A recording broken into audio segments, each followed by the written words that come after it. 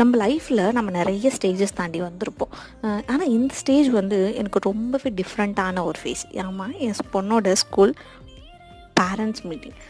நாம் ஸ்கூல் படிக்கும்போது, காலேஜ் படிக்கும்போதெல்லாம் நம்ம அம்மா அப்பாலாம் வருவாங்க. ஸ்கூல்லேருந்து கம்ப்ளைண்ட் வரும், அம்மா அப்பாவும் கம்ப்ளைண்ட் பண்ணுவாங்க. 2 பேர்கிட்டயும் நல்லா டோஸ் வாங்கிட்டு உட்காந்துருப்போம்.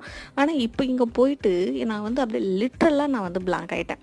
போய் என்ன கேட்கணும், எதை பற்றி பேசணும், இதெல்லாம் அவங்க என்ன சொல்லுவாங்க, அதை நாம் எப்படி வந்து இது பண்ணணும். நம்ம ஃபஸ்ட்டு போய் உட்கார, அதுவும் நான் தனியாக போயிட்டேன். என் வீட்டுக்கார் வரமாட்டேன்ட்டார். நான் வரமாட்டேன்றதை விட ஒரு வேலை இருக்குன்ட்டு வரல. கொஞ்சம் டிஃப்ரெண்ட்டாகவே இருந்துச்சு. மேடம் பற்றி நல்ல பாசிட்டிவாக தான் ஸ்கூல்லேருந்து வந்து ஃபீட்பேக்லாம் கொடுத்துருந்தாங்க.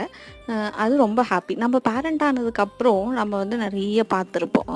குழந்த, கை குழந்த, அப்புறம் அவ தவழுது நடக்குதுன்னு சொல்லிட்டு அந்த ஃபேஸ்லாம் பார்த்துருப்போம். இன்னும் ஸ்கூல் ஜாயின் பண்ணதுக்கப்புறம் இது ஒரு பார்ட் இருக்குது அப்படின்றது வந்து டிஃப்ரெண்ட்டாக இருக்குது. உங்களுக்குலாம் எப்படி இருக்குது?